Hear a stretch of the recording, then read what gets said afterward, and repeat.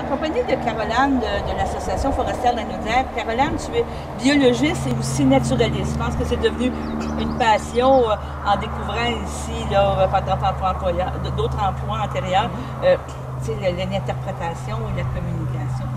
Merci de nous accueillir à la tourbière, ici de Lanoraie. On passe souvent en auto parce qu'on va entendre des autos et tout. Et bien des gens ne savent pas qu'est-ce qui se passe en arrière de cette clôture-là. Et l'aspect, je pourrais dire, exceptionnel et important comme écosystème, on pourrait dire, dans la région, là, parce que ça a une grosse importance, cette tourbière-là ici. Oui, bien c'est ça. Et dans le fond, ici, on est à la réserve écologique des tourbières de Lanoraie. Nous, à l'Association forestière de la Naudière, on est en charge, on est en charge de la mise en valeur du programme éducatif de la réserve écologique, mais on a une collaboration, entre autres, avec le ministère de l'Environnement et de la lutte au changement climatique et aussi avec la ville de la municipalité de Lanoraie, qui c'est une entente tripartite qu'on appelle, donc chacun a ses petites fonctions. Il y a une concertation pour la préservation. Oui, c'est ça. Donc, il y a la réserve écologique qui est protégée, puis une réserve écologique, dans le fond, c'est vraiment... C'est un aire protégé, mais qui a un des niveaux de protection les plus élevés. Donc, si on compare, par exemple, avec un parc national où on peut faire de la randonnée, de la chasse, de la pêche, du camping, ici... Tu fais pas grand-chose à part de promener. Bien, même promener, ouais, c'est limité, c'est ça. Donc, l'accès est restreint, on n'y a pas accès, sauf pour les visites éducatives comme on fait à l'Association forestière, ou par la recherche avec les chercheurs qui ont des projets de recherche souvent liés aux universités. Question, c'est immense ici, là. Ça paraît pas, mais c'est immense comme espace. Oui, la réserve écologique a fait 412 hectares. Ça veut dire combien, ça? T'as-tu en kilomètres? En kilomètres, c'est à peu près 4 km carrés, si je me rappelle bien. C'était comme divisé 4 ou 40. Peut-être plus 40 que 40 km carrés, mais elle fait partie d'un complexe tourbeux beaucoup plus grand qui fait 7700 hectares. Donc, c'est entre Berthier et Repentigny, à peu près, là, que toute cette superficie-là, il y a des complexes tourbeux, donc des espaces qu'on peut appeler tourbières. C'est ça. Et, comme on en parlait tantôt, ça a des milliers d'années parce que ça a été lors de la fin de la glaciation. On parle de la mer de Champlain, quand les eaux se sont retirées, il a resté un milieu humide ici. C'est ça, donc on s'est retrouvé dans une cuvette, l'eau elle est restée et est venue s'accumuler des végétaux. Un des principaux, c'est la sphaigne qui est vraiment au niveau de la base d'une tourbière. La sphaigne, elle a plusieurs propriétés. Premièrement, elle est acidifiante, ce qui vient un peu, si on pourrait faire la comparaison, aseptiser le milieu. Donc chambouler. Ouais. Chambouler le milieu. Là. Et là, les micro-organismes qui d'habitude viennent décomposer les végétaux qui meurent, ben ils peuvent pas vivre dans... Ben, il y a plus de difficultés à vivre dans des milieux acides comme ça. Entre autres, pourquoi qu'on parle ici, il y a des conifères qui sont pas immenses, mais ils ont peut-être 15 ans, 20 ans, parce qu'ils sont pas capables de grandir. Exactement. Comme il n'y a pas de décomposition, il n'y a pas de nutriments disponibles pour les plantes pour qu'elles puissent pousser. Donc, effectivement, on va observer des arbres qui sont tout petits, qui ont peut-être effectivement 20, même 30 ans. C'est ça. Tu parles on entend des oiseaux, puis tout ça. J'imagine que c'est un milieu aussi propice à certaines espèces d'oiseaux.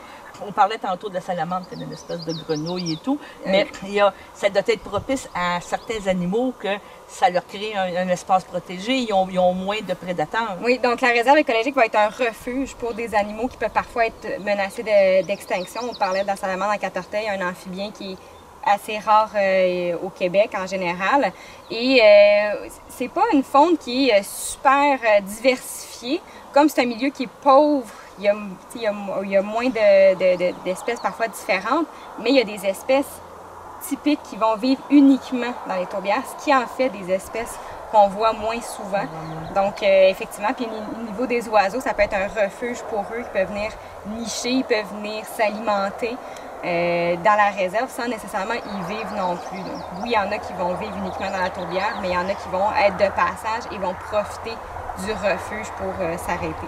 Maintenant, on sait que c'est protégé, mais on va parler de l'importance pour nous, les gens de la région, parce que c'est une nappe phréatique, ça retient de l'eau, ça a une grosse importance au niveau de nos sources d'eau.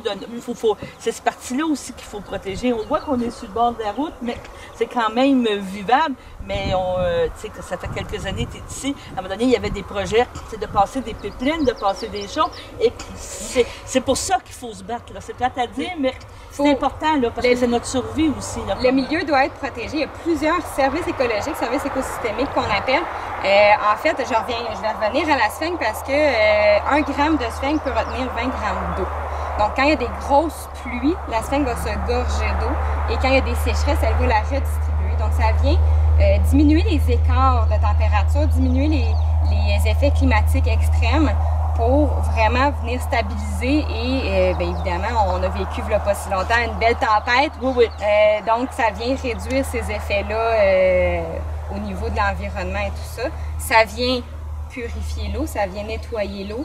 Ça fait un réservoir d'eau potable. Donc, effectivement, il y a plusieurs avantages à garder les tourbières. Et un avantage non négligeable, c'est la séquestration du carbone. C'est ça, je m'en allais te poser. Ça fait le même effet quand même qu'une forêt. La captation de CO2 se fait ici aussi. C'est ça. Bien, en fait, c'est ça. C'est comme les végétaux captent le carbone. Ils vont mourir, mais comme il y a peu de décomposition, ça va rester dans le milieu, dans l'accumulation de végétaux qu'on appelle la tourbe, justement.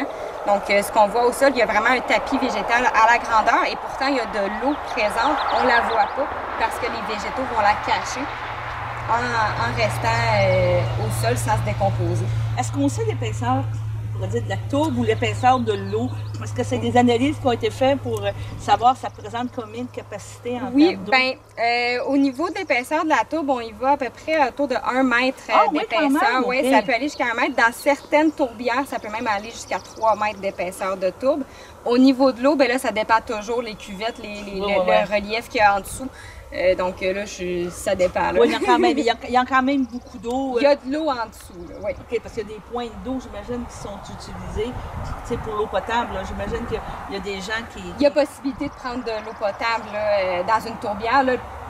Au niveau de la réserve écologique, c'est moins possible. C'est moins possible, c'est plus protégé, mais dans le complexe tourbeux, définitivement, ça serait possible.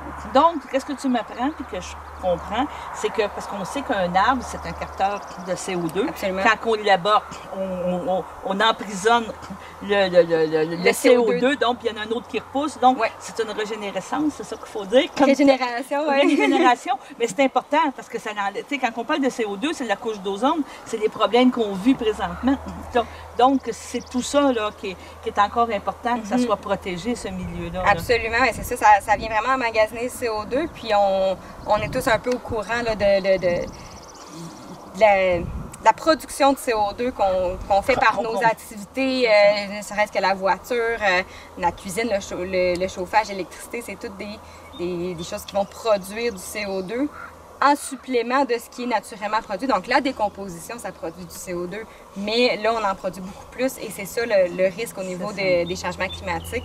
C'est l'augmentation vraiment beaucoup plus grande que ce qui se produit naturellement, que là, c'est ça qui est plus inquiétant. Vous, à l'AFL, quand vous faites visiter ici, c'est des écoles, c'est des choses.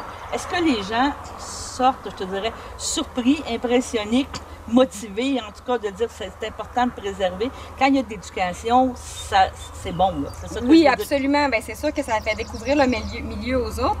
Puis c'est sûr que quand on connaît mieux un milieu, on a plus envie de le protéger, on connaît mieux son importance, on connaît mieux sa beauté aussi. On voit plein de petites fleurs. C'est ça qu'on disait, c'est du thé du Labrador, c'est ça? Oui, on a du thé du Labrador juste ici, du camia à feuilles étroites juste à côté qui est en bouton. Les fleurs vont bientôt ouvrir. On a de la linaigrette aussi que j'ai vue. Je ne retrouve plus. C'est ça. Tantôt, on a filmé des orchidées. Ça m'a impressionné. Oui. Je vais t'avouer que moi, je pensais que les orchidées, c'était tropical puis que tu verrais ça ailleurs. Mais que ça soit ici, c'est spécial. Ça demande un terrain spécial, des orchidées. Un entretien avant que ça fleurisse, c'est quelque chose. Absolument. Certaines orchidées, ça peut prendre 15 ans avant de fleurir. Et on en a vu aujourd'hui. On en a vu aujourd'hui. Puis cette année, ça a été une année exceptionnelle. On en a dénombré une trentaine uniquement le long du sentier, parce qu'on a, comme c'est une réserve écologique, on n'a pas le droit de sortir du sentier. Mais ça a été une année incroyable. J'en ai jamais vu autant que cette année, durant les 5 années que j'ai fait la présentation. Donc, c'est assez exceptionnel au niveau de... L'orchidée qu'on voit présentement, c'est le cypripède acol, qu'on appelle plus communément le sabot de la Vierge. OK, oui. Donc, le pétale du bas a la forme d'un sabot. Donc, il est facile à reconnaître. Il était rose, il était magnifique. Oui, rose. C'était très, très bien. Donc, au printemps, il y a des visites, mais je sais aussi que je pense sur réservation ou sous groupe, il y a des possibilités de faire des visites ici. Vous Absolument. On appelle à l'association forestière et il y a des frais quand même minimes pour la visite? Ben, présentement, on a eu des sous pour pouvoir offrir la visite gratuitement. Ça ne veut pas dire qu'on va toujours l'être, mais faut en profiter. Présentement, effectivement, on peut en profiter. Les visites sont gratuites. On en fait beaucoup au printemps parce que c'est là qu'il y a le plus de fleurs à observer. C'est là que la tourbière, elle est vraiment de toute beauté. Quand il y a moins de sécheresse, là, dans le fond, on se comprend que c'est ça. L'été, on peut faire les visites, l'automne aussi. Simplement, il y aura moins de fleurs. Peut-être on a la possibilité de voir des petits fruits en été à l'automne. Des petits rongeurs, on voit-tu on allait dire, moi j'appelle ça des petites bébites, là, mais on peut-tu avoir, on a-tu des possibilités de voir... En groupe, quand on fait les visites, et nécessairement on fait du bruit, les animaux vont se cacher un peu plus. L'année passée, on a eu l'occasion de voir une belle hermine très jolie. Oui, elle s'est approchée tout près du groupe. C'est la seule fois que je l'ai vue. J'espère qu'elle va revenir. Puis sinon, ben, des oiseaux, c'est plus ça qui est observable. Ils vont rester dans les petits arbres. Encore une fois, avec le groupe, des fois, on fait du bruit, ils vont s'éloigner. Mais c'est plus facile de les observer. Puis sinon, j'ai déjà observé aussi une belle couleuvre à l'entrée. OK, ça, c'est moi et mon genre. Ah, mais c'est beau, oui. Ça fait partie En tout cas, je te remercie beaucoup. C'est très apprécié. On rappelle le numéro de téléphone pour l'AFL si on veut prendre des rendez-vous. C'est le 450-836-1851. Puis, n'importe quel poste, on va vous répondre. Bon, ben je te remercie beaucoup. C'est vraiment très intéressant. Puis, on va parler de vous. Ça fait plaisir. Puis cet été, on fait aussi des portes ouvertes. Donc, vous pouvez visiter notre page Facebook là, pour venir aux portes ouvertes. On en fait une ce vendredi 17 juin. Ah oui, bon, ben mon Dieu, on va les inviter. Donc, 17 juin de 4h30 à 8h. Et qu'est-ce qu'on va pouvoir voir? Pas ici, la porte ouverte. Oui, ça va être ici. Oui, donc, vraiment, comme on dit, l'accès est restreint. Mais là, on veut vraiment que les gens puissent y accéder de façon autonome. Évidemment, on va donner des petits règlements. On va inviter, mais c'est ça. À partir de quelle heure que la porte ouverte est ouverte? 4h30. La porte ouverte est ouverte? Que la tourbière va être ouverte à partir de 4h30 jusqu'à 8h avec en soirée. Le coucher de soleil. Oui, exactement. Ça va être super beau. Donc, venez voir les sabots de la Vierge, le thé du Labrador, le camia à feuilles étroites, l'entremets de glauque qui est présentement en fruits, justement. Donc, ça va tu me parles de porte ouverte, tu vas être présente aussi pour guider les gens, pour faire des visites? Je vais être présente. Je vais vraiment essayer de laisser les gens visiter de façon autonome, mais je vais pouvoir répondre aux questions absolument. Bon, ben c'est un rendez-vous. C'est un rendez-vous. On parle de vendredi. Ce vendredi. Le 17 à remonter de 16h30. Température agréable avec un petit peu plus frais. Exactement, on va être très bien. Bon, ben je te remercie. Bye bye. Merci beaucoup. Bye.